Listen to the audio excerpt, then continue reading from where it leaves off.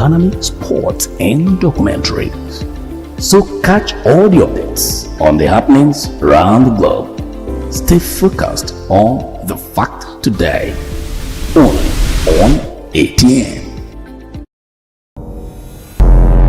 Every day our lives are changed by history. We are one people, all of us. Leaders, politics.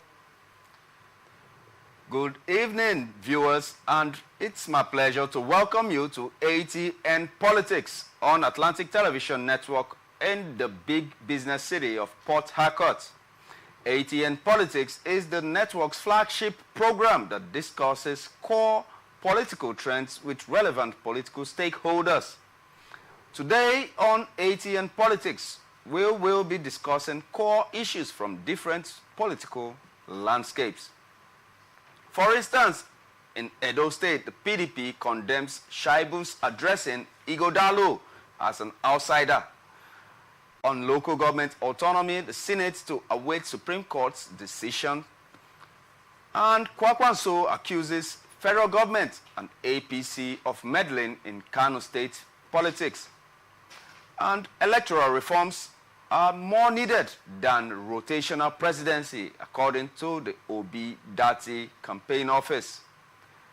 We'll go for a short break, and when we come back, I'll introduce you to our guests, very, very powerful guests we have on stage today, and we take the issues as they come. Please stay tuned.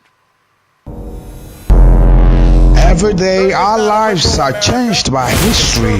We are one people, all of us. Leaders, politics. Nobody's ambition is what the blood. I have fought very firmly.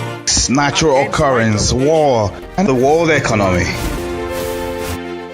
I belong to everybody, and I belong to nobody. ATN covers it all on ATN Politics today.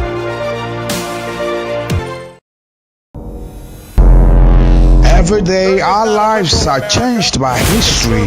We are one people, all of us. Leaders, politics. Nobody's ambition is what the blood. I have fought very firmly. Natural occurrence, war, and the world economy. I belong to everybody, and I belong to nobody. ATN covers it all on ATN Politics. It's my pleasure to welcome you back. I am your host, Raymond Ken Mbata. On ATN Politics today, we have a political analyst of repute, Fine-Face Dumnamene. It's a pleasure, sir. Thank you for having Welcome me. to ATN Politics, sir. Thank you. Happy holidays to you. And to you too, sir. Thank you. And also, on set, we have Okechukwu Edenkwo. It's a pleasure, sir. Welcome you to ATN Politics, sir. Yeah, the pleasure is mine. Thank Good you, evening sir. to all our esteemed viewers all around the world. Thank you very much, sir. Okay, let's go into the first issue for today without wasting our time.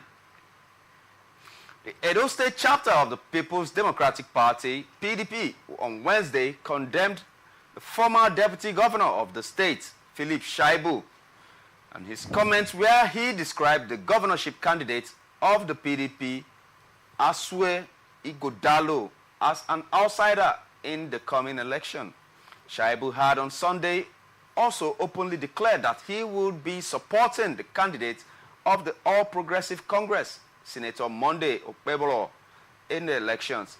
The Deputy Director General of the Asue Oge Campaign Management Council, Reverend Olu Martins, Governorship Campaign Council, said that they, as student union activists with the National Association of Nigerian Students, NANS, were surprised with the political argument of Shaibu, as they were trained to argue on issues and not to be sentimental and proponents of ethnicity. Martin said that the argument of Shaibu's homeboy slogan does not hold water because the candidate didn't grow up in Edo doesn't make him a stranger in his own state. Down to the discussion proper. Okay, let me start with you, Okechukwu, sir. Is it a requirement, according to the Constitution of the Federal Republic of Nigeria, or some unwritten laws in Nigerian politics, that anyone contesting for governorship of any state must be born and bred in the state and perhaps reach adult age before he can be considered eligible to be voted for? First and foremost, for someone to qualify to be voted for in an election, you must be an indigent or a citizen of the state, so to say. Then secondly, I think there's also in this aspect of law, they think you must have lived there for a period of 10 years, which I'm not too certain about. However, for me, since he's an Edo person, he comes home once in a while, so that makes him also a homeboy.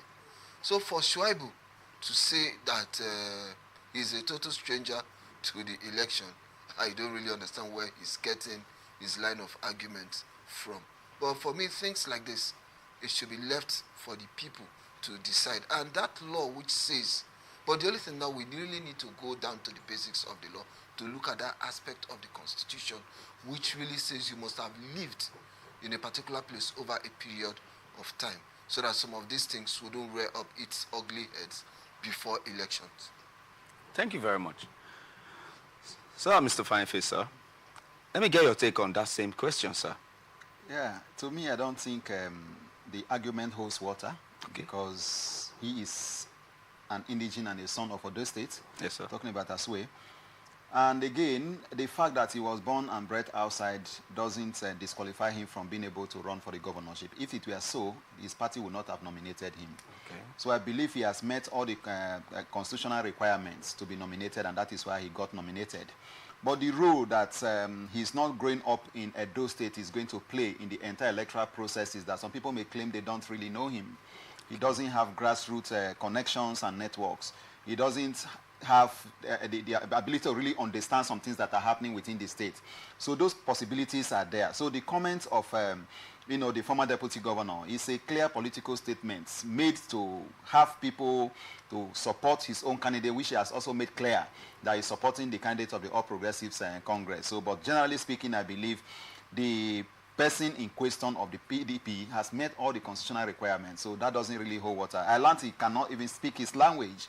That is not for him to decide. It is for the people to decide whether or not they want to elect someone that cannot speak their language into office. But as far as the law is concerned, he has met every requirement of the law to be there. Because if we should say that he is an outsider and for that reason he should not have participated or been nominated, then we'll be talking about Obama. You know, Obama in the United States, while he was president of that country, it's an African descent. Yeah. We have people from different parts of it. Even there are many Nigerians that are holding political offices in many countries around the world, even when they are not from there. So you can't call them outsider. Then when they have met the constitutional provision to be nominated, they can be so nominated, and nobody can do anything about it. Okay. He might be surprised that if the people decide that this is the person that is going to be our governor, he may also be elected and he will be there. And the moment he's elected and sworn in as the governor, that outsider that is describing him to be will become his governor. Okay, in Nigerian political economy per se, being a politician in Nigeria, let me say one of the political economy you should have to bolster your pedigree as a politician in Nigeria, should being able to speak the local dialect, is it a sensible economy to have? Or are you trying to say those that don't have the capability to speak the mother tongue, are they derided from participating in local politics per se? Well, for me, I think that shouldn't be a major prerequisite. Fine, the office of a governor is not like a military dictator where he works alone. He has a team, he has cabinet. So even if the governor does not understand the mother tongue, his team members will understand. And you know, governance is all about teamwork. So practically, for me, that one that he doesn't speak Edo language shouldn't hold water. For me, I know where his line of thought is coming from, given the fact that he lost woefully in the primaries. He even went ahead of conducting a parallel primary. So in this case, for me, it's a case of vendetta as a sore loser. So I'm sorry to say, but for me, as a committed party man, if I were to be Philip Shuaibu, I would have told the line of the party, because one, supremacy of the party matters instead of whipping up sentiments like this. Okay. Sir Fineface, do we say that Philip Shuaibu is tantamount to be punished or reprimanded according to PDP constitution for his overt support for the APC candidate. Yes, of course, the tendencies are there because that is, what do they call it again? I think they call it anti-party activities. Yes, you know, exactly. supporting another political party when you are still a member of the other political party amounts to anti-party activities. And in every party's constitution, they have the procedure of discipline for any member that errs or gets involved in anti-party activities. So what they need to do now is that if they view his comments of calling the governorship candidate of his own party as an outsider, as one offense, or one activity that is anti-party, then they also consider his declaration that is going to support the candidate of the All Progressives Congress as another anti-party activity. Then they should invoke relevant sections of the PDP constitution that will subject Mr. The former deputy governor, Shaibu, to some certain disciplinary measures. And if he's found wanting, then he could be suspended from the party. That is what could happen. But then I've seen a situation whereby the PDP is very lenient in Nigeria. I was coming to that. We've had a system in Rivers State whereby our former governor... lenient? Yeah, very lenient. You say lenient? Yeah, they don't want to take some actions because maybe they are pampering their members. Not wanting to lose them no matter how bad they are, because sometimes they say you don't throw away the bad water with the baby with the bad water. Okay, so Philip Shaibu is a bad baby. Yeah, but then there is still some aspects of him that could be needed. Continue. Because the moment you maybe discipline him now ahead of the elections, whether you like it or not, even some people that are his followers, they are still sympathetic to the PDP. And if he's outrightly punished, some members of the party may have to go with him, cast their vote to the other direction. So even while he's tilting towards the support for the APC's candidate, there are some other members of his party who are his followers that will still support members of their party. Remember, when you are supporting a different political party other than your own, your followers will become strangers where they are going to. Because there were people on the ground before they arrive, and those people will have preeminence over them. Exactly. And if the person eventually wins, they will become second-class citizens in their own state. So whatever it is, I think in terms of discipline, the party knows what to do. And if they fail to do what they needed to do, then so be it. Oh, so in the case of Nyesom Wike, continuing with, in the case of Nyesom Wike, was it that what is good for the goose is not good for the gander? Exactly, but in the case of Nyesom I like that political calculation. Yeah, it's a kind of... It's a very weird political calculation that what is good for the goose is not good for the gander. Nyesom Wike is like, should I say, someone that is above principalities and powers. Oh. And that is very heavy. All what you can think of. He has resources, he has influence. So it's a big fish in the PDP. No matter what we see, I am not a party man, I don't belong to any political party, but looking at party constitutions, which is what I have read as a political scientist, I understand that there are measures and some activities that the former governor of Rivers State, current FCT minister, have gotten involved in is sufficient to wield the strong armor on him. But when they look at the entire scenario, what are they going to gain and what they are going to lose? So they try to pronounce they are going to take some action, but at the end, nothing is done. So it's still better to have him the way he is, one leg in the PDP, one leg in the APC, and then they still manage him that way than to raise the very big hammer, and he goes with all his members, and everywhere is, destroyed. So they are just trying to play along with him. We have cooked up a new political alchemy, per se. There's a new, should I call it a new political theory? Political theory. Yeah.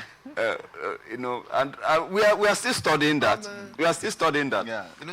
But be that as it may, Mr. Okechukwu, do you believe that Philip Shaibu has what it takes to swing victory for the APC with his present stance right now? Some people, they have nuisance value. And you look at them at that nuisance value, you see how you can manage them. You don't use hammer to kill fly. Granted, some of the offenses he has committed are, on the surface level, if you look at it, they are punishable offense. But you look at pros and cons, you look at cost and benefit. At this point in time, if they wield the hammer on Philip Shaibu, it will have a boomeranging effect on the party, and you don't go into a major election divided. You don't go into a major context with a house divided. But be that as it may, divided, they are whether or whether. No, even if they are divided, let them see how they can manage. It's about, it's not about Philip Shuaibu alone. Despite the fact that he has his political family, they can also put some key stakeholders within his rank and file, and those people too will sway support for some of their members. Whether I like it or not, the way this system works, they have the apex head, they have the zonal heads, they have the unit heads, and they are the ones that reaches out to the people at the grassroots. So even if information trickles from top to bottom, at some point it could also be breached, and they get certain information or certain instruction by induction, and you induce some of them, they will definitely do the needful in support of the party, whether I like it or not. In his political family, I'm sure not everybody believes him hook, line, and sinker. So that's the more reason why they should manage him at this level till after the election, that if they look at it, his action, and it costs the party victory, at that point the party can decide to do the needful. Ladies and gentlemen, we are cooking up some new political theory in the terrain of the politics of Nigeria.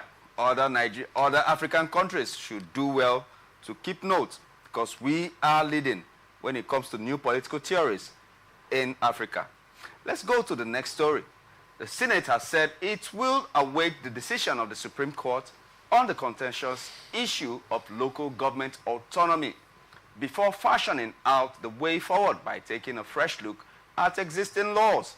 The chairman of the Senate Committee on Media and Public Affairs, Yemi Adaramodu, said this in an interview in Abuja yesterday. He explained that the upper chamber of the National Assembly was currently constrained and was not in a position to present an opinion until the Supreme Court made a pronouncement.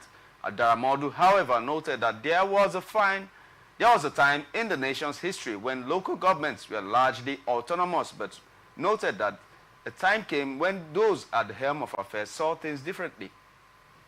He noted that some people had raised concerns about the revenue allocation vis-a-vis the revenue allocation formula vis-a-vis the issue of equity, amongst other issues. Starting with you, Sir Fineface, sir. Is the local government like the baby of the house? Is it having the same rights? Is it having the same standing as a government, as a tier of government? Or is it subservient in the ranking of governments in Nigeria, please, sir? Yes, I think I will take the last word by saying that the local government areas are subservient to the other tiers of governments. Constitutionally, right? Yeah, constitutionally they are. Okay. Because if you look at the constitution, it is basically divided into three lists. We have the exclusive legislative list. You have the exclusive legislative belongs to the federal government. Yes. You have the residual list, which you have matters that the state government can legislate upon. Then you have the concurrent list, where you have both federal and state. Exactly. There is no list provided for the council areas, but just some functions within the constitution that they have to carry out. But the constitution outrightly recognizes the local government areas as the third tier of government. And that is why every 30 days when they go cap in hand to Abuja, they share money, they also share to the council areas. But when the money comes to the state level, the state trap the money in the joint, account. Yes, which is where the contention is.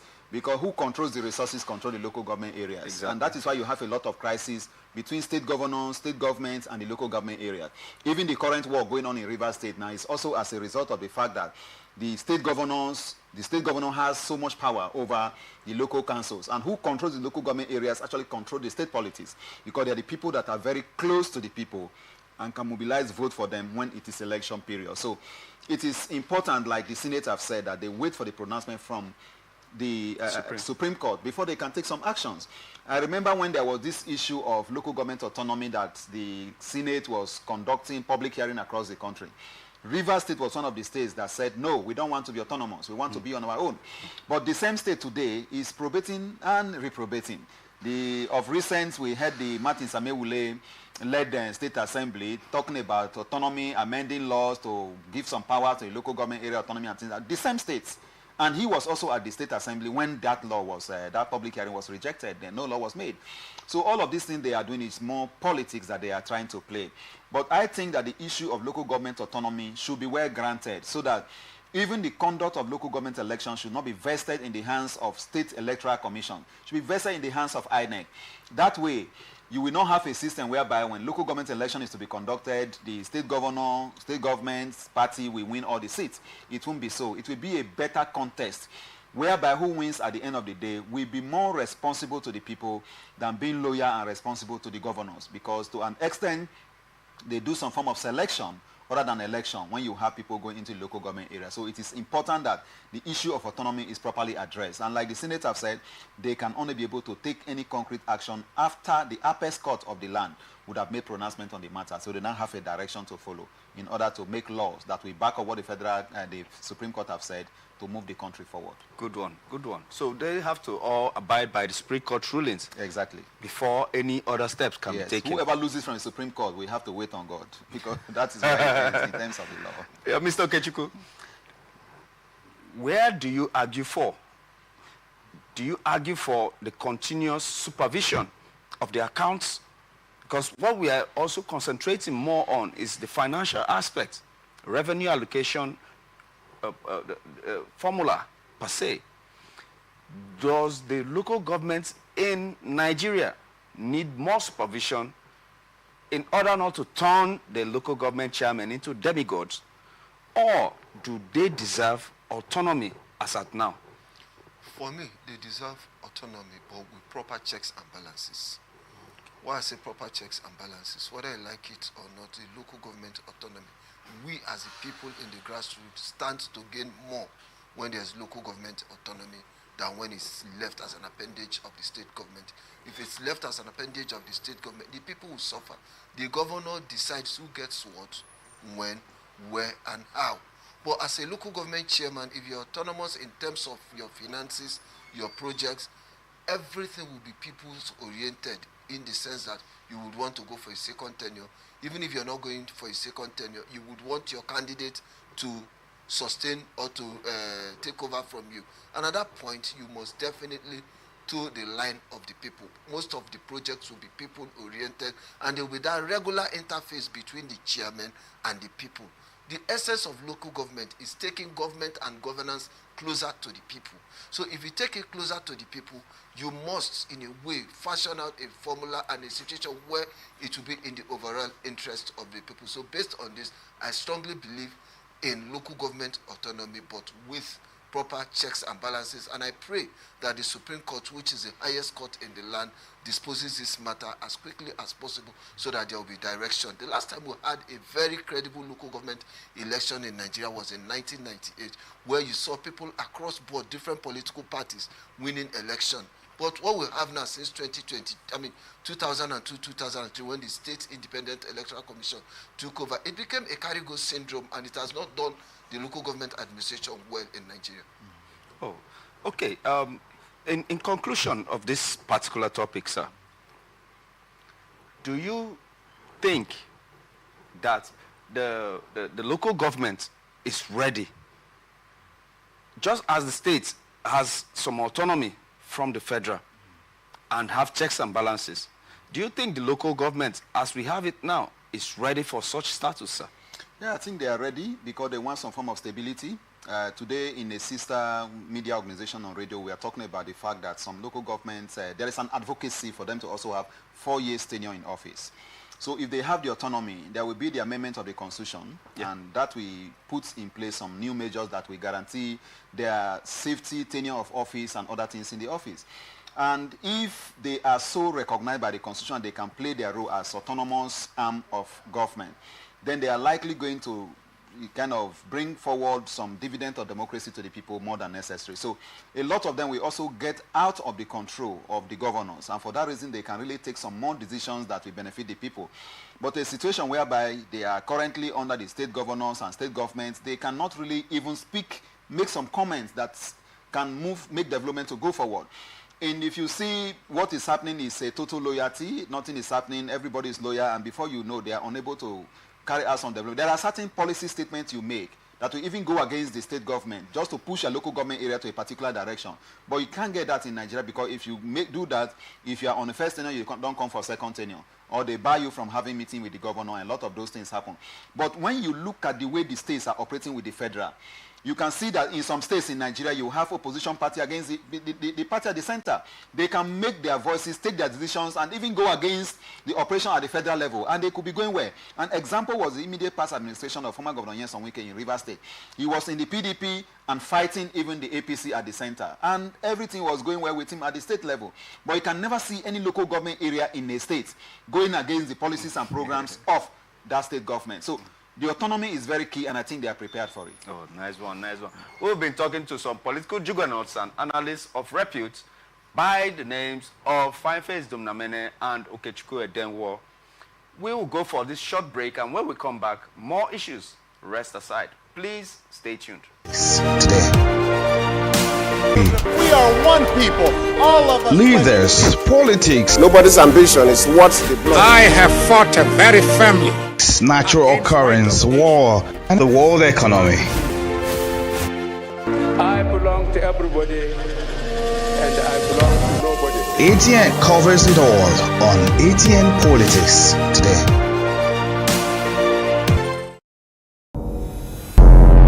Every day, our lives are changed by history. We are one people, all of us. Leaders, politics, Nobody's ambition is what they block. I have fought very firmly. natural occurrence, war, and the world economy. I belong to everybody, and I belong to nobody. ATN covers it all on ATN Politics today.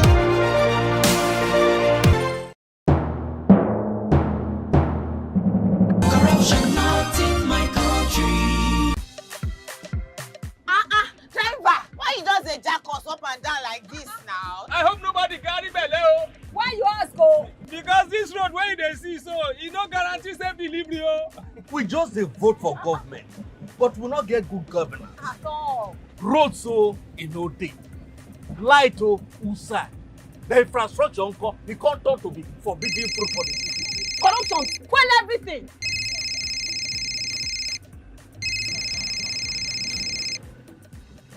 Hello? Hello, madam. Good afternoon. Good afternoon. My name is Mrs. Ayeni. I am calling from the Ministry of Humanitarian Affairs. Okay.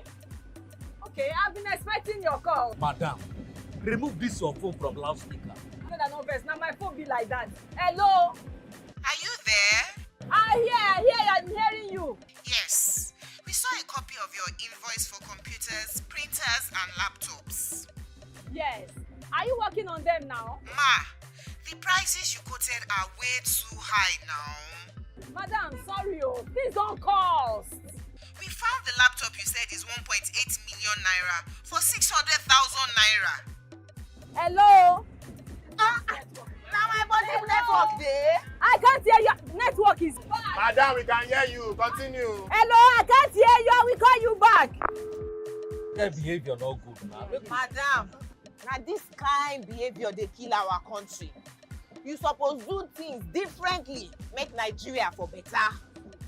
Corruption not in my country. This message is brought to you by the Akin Fadeyi Foundation, the MacArthur Foundation, And with broadcast support from Atlantic Television Network. corruption not in my country. I don't get a lot. Boy, they won't booga me small. They say, man, give them bribe. I say, nothing. Okay, now, we'll go block later. You remember that contract where we do that time now? They don't pay. But first, you see the house rent with the old since. We go first call caretaker, take the money, slap him. Beg, see, you know, say I get annual levy why they pay for club.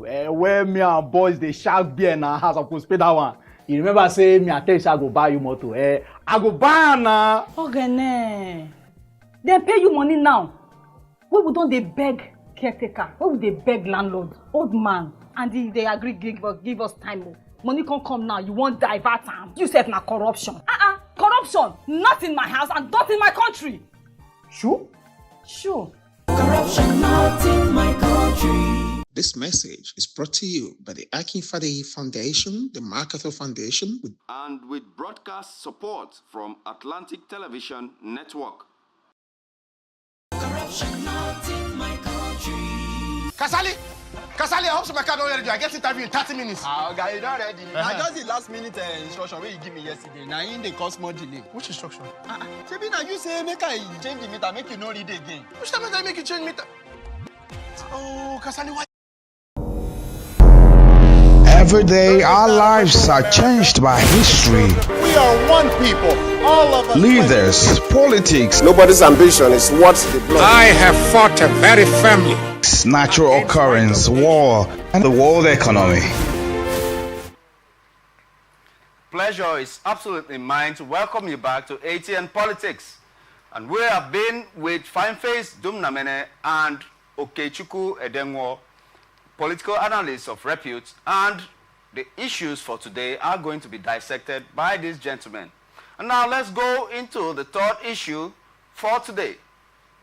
The national leader of the new Nigeria People's Party, Senator Rabiu Musa Kwankwaso, has accused the federal government and the All Progressive Congress of playing politics with the Kano Emirship tussle.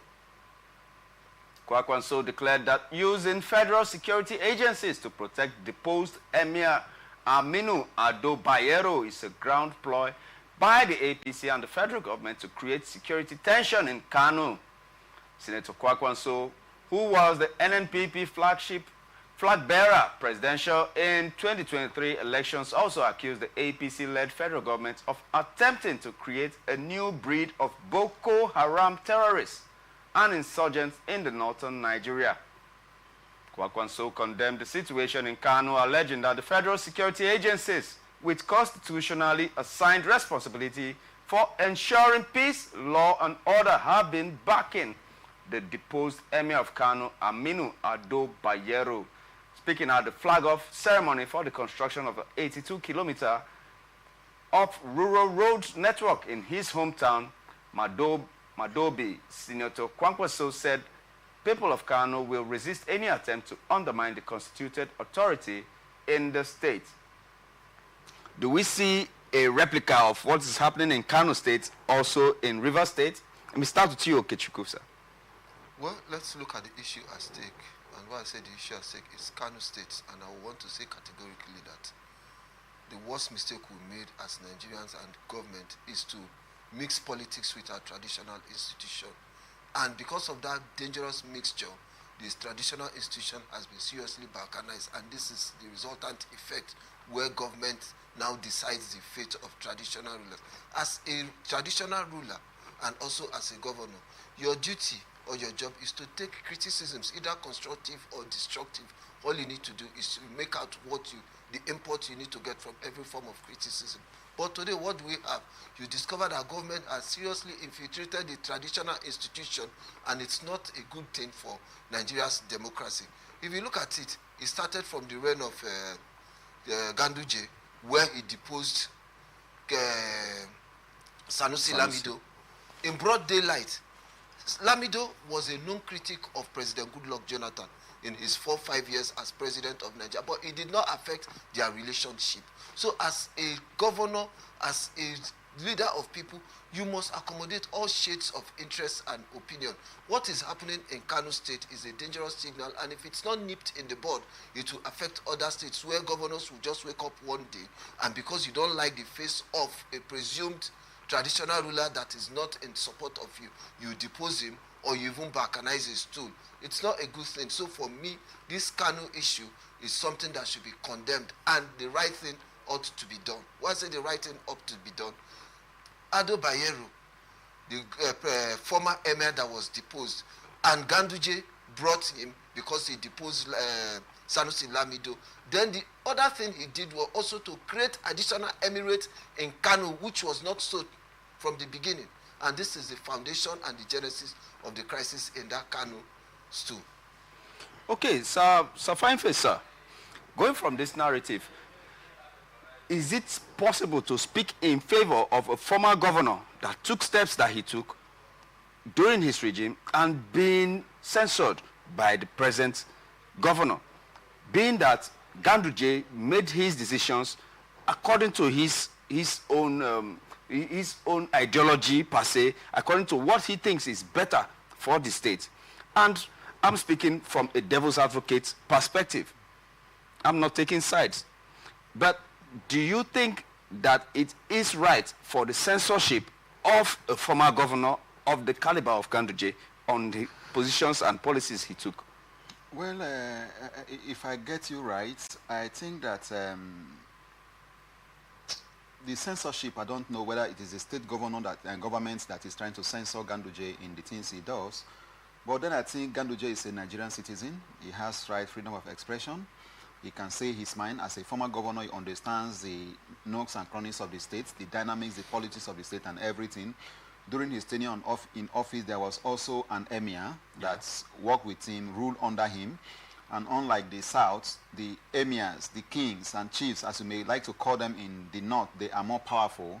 Some of them are more powerful than some state governors in the South and other parts of Nigeria. So be that as it may, I think him talking about the fact that there is this federal might providing security for the emir and things like that.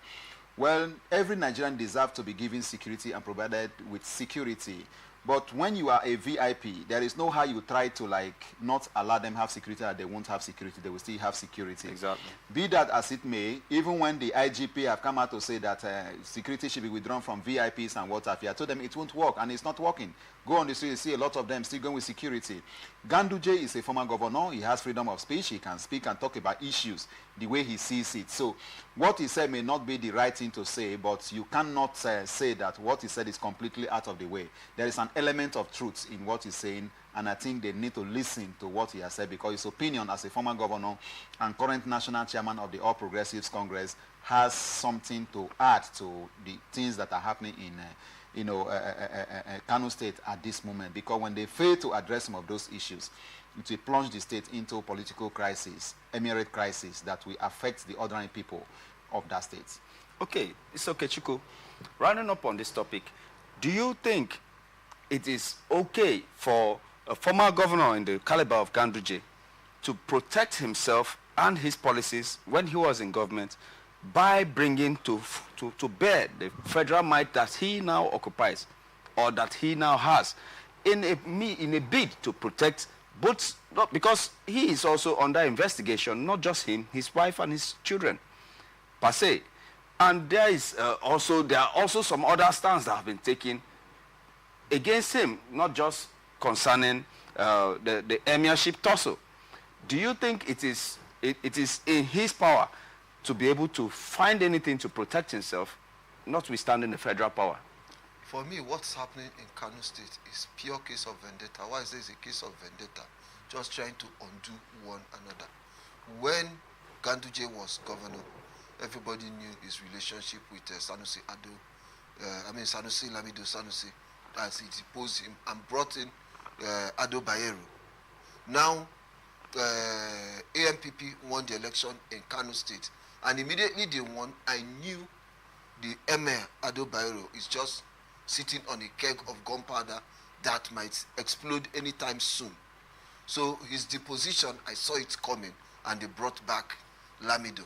But for me, like I said at the beginning of this topic, that we should try as much as we can to differentiate between political and traditional institution. It shouldn't be meddled upon. In fact, it shouldn't even come close to each other, because they occupy different positions at different level, and they should try and see how they can work together, rather than one trying to stifle the neck of the other.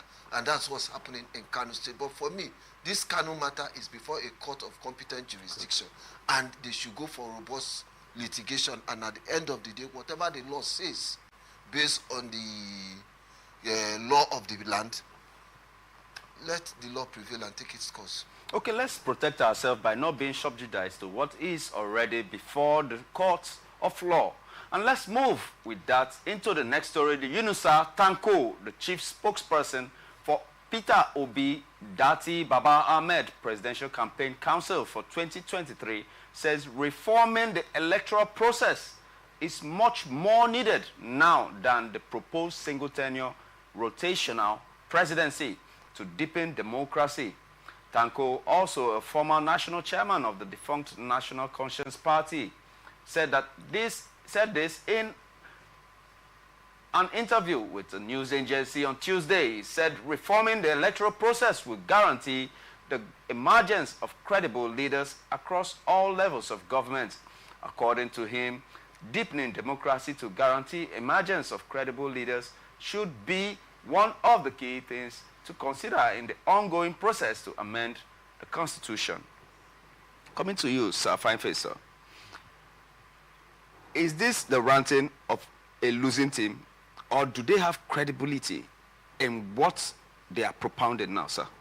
They are Nigerians. Even if they are losing team, they are Nigerians. They have because their opinion. why I said that is that history is always fair to the winner. Exactly.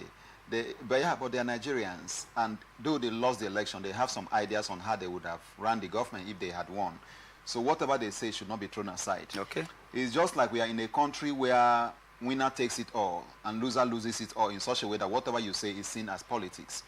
In the United Kingdom, you have shadow presidents, shadow prime minister, shadow, every office of government has a shadow from the opposition party behind that person, so that when the person brings us a policy, the shadow position person will bring a counter and contribute to what is needed to drive the economy and the government to go forward. So what they are saying is not out of place, that reforming the electoral system is better than talking about single-term rotational presidency.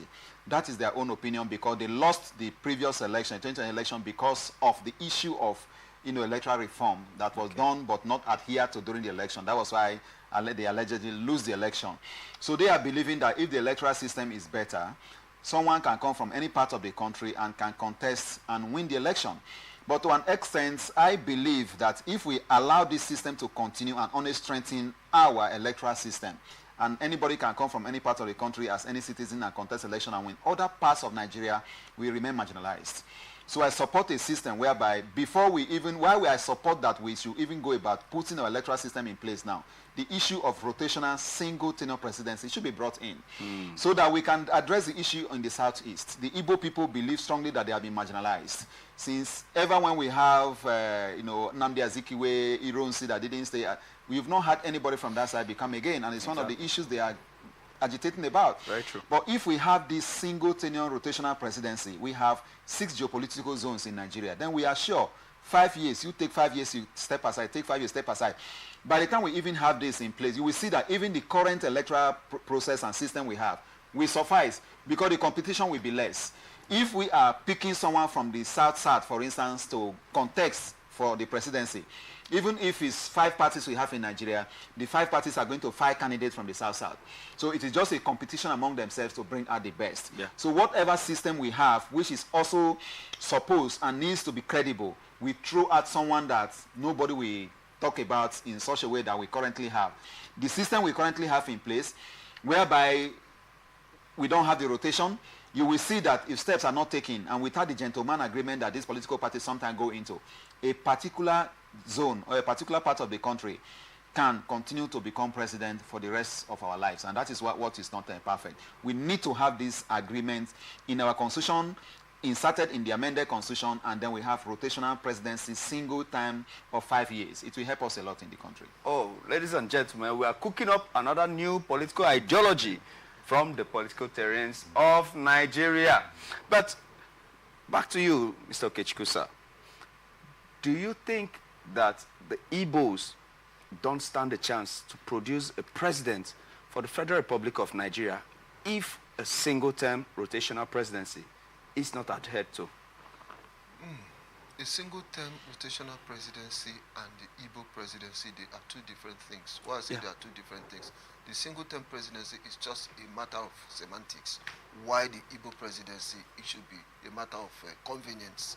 For me, if we have this proper rotational presidency, just like what happened in 1999, where the 2 main political parties filed or fielded candidates from the southwest, who had Olusegun Obasanjo, who had Olufale, who even ran on the joint ticket of AD and APP. And at the end of the day, an Obasanjo emerged as president. Fine, that was for convenience. So if that is also enshrined in the constitution, but the most important thing is that for us to have a fair, credible and transparent election that should stand the test of time and compete with what they have in Senate claims, there must be some form of electoral reforms. Serious electoral reforms then with certain clauses enshrined in that electoral reforms. And so by so doing, you discover that Nigeria will become a better place. And the first time in the history of this country, we've had 25 years of unbroken democracy. It might not be democracy to say, but at least civilian rule. And it has helped us. So if we fashion out or dot the I's and cross the T's very well, it will last and it will be sustained, and military rule will become a thing of the past in Nigeria. So to say, for me, the Igbo presidency is something that they should also be given a try. They should be given a shot because they are part of Nigeria. Okay, give me, so continuing with you, give me 2 reasons that hinders or does not make it tenable for the Igbos to produce a presidency for Nigeria. I think what has really hindered the Igbos from becoming president of Nigeria, there are some certain misconceptions. And those misconceptions is a matter of narratives and trajectory. I believe if a transparent or an Igbo man that cuts across all geopolitical zone in Nigeria, I'm not campaigning for Obi per se, but Obi made a serious inroad in 2023. And if it is sustained, you discover that Peter Obi will now become a brand. And for the first time, you saw an Igbo presidential candidate winning in places like Lagos and other parts of Nigeria, which was not so from the beginning.